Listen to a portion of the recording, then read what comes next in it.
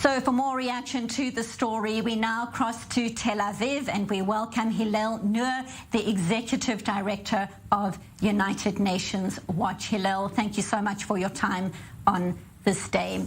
So the disproportionate focus on Israel by the UN Human Rights Council is well documented in this part of the world, especially when there isn't condemnation of countries like China, Turkey and others.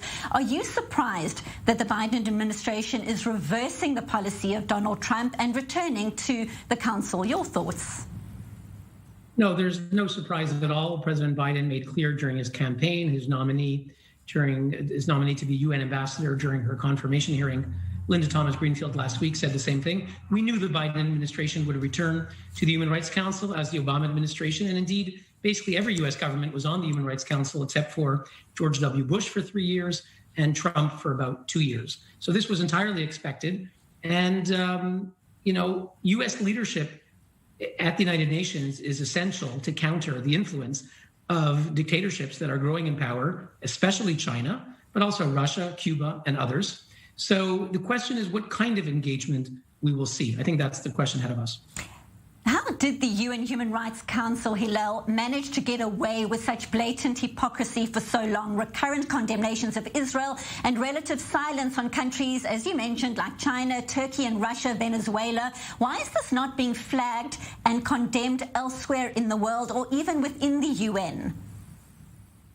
Well, the United Nations, and especially the Human Rights Council, is a political body, a highly politicized body, a very cynical body where, as you said, China last year was named to the 5-member consultative group at the Human Rights Council that chooses this year 17 different human rights experts, including the expert on freedom of speech, the expert on arbitrary detention, the expert on disappearances, things that China itself is one of the most guilty of.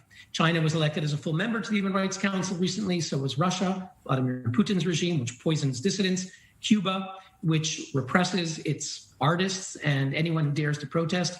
Members also include Pakistan, Venezuela, Eritrea, and so forth. So we're talking about a very political body. Countries are elected through deals. You vote for me, I vote for you. And human rights is often the last thing on their mind. So there is kind of a conspiracy of silence. People don't want to talk about what's not being done. They don't want to say that there's never been a single resolution, a single inquiry, a single urgent session on a country like Saudi Arabia, Turkey, Cuba, Russia, China, Zimbabwe. They go ignored. And a handful of countries do get criticized.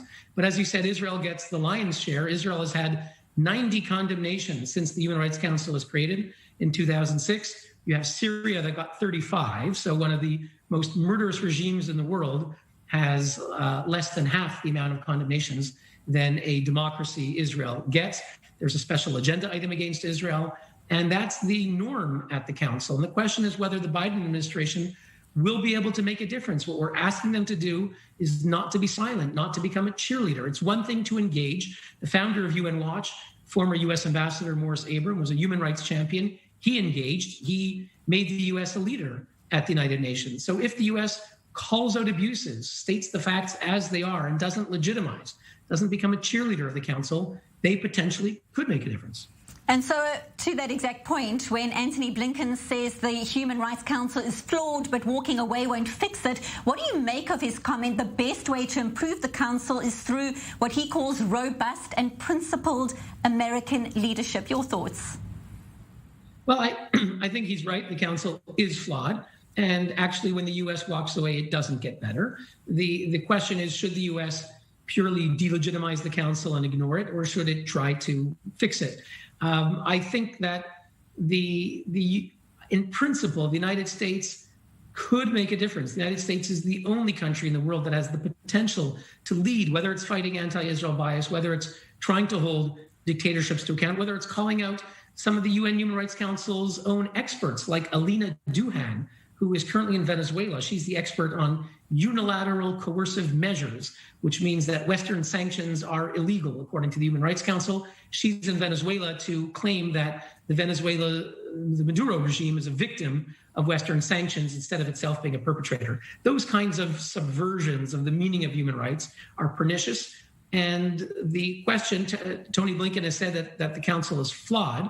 The question is whether the U.S. is willing to call things as they are. The Obama administration on too many occasions became a cheerleader of the council. They kept praising the council after every session. So engagement shouldn't lead into mindless cheerleading. That's our demand, that this leadership of the U.S. become principled leadership. And we're going to be holding the U.S. government to account and making sure that they call things the way they are. Well, Hillel, Neuer, we hope to speak to you again and see exactly from you how things are unfolding. The Executive Director of the United Nations Watch speaking to us live from Tel Aviv. Thank you so much for your time. My pleasure.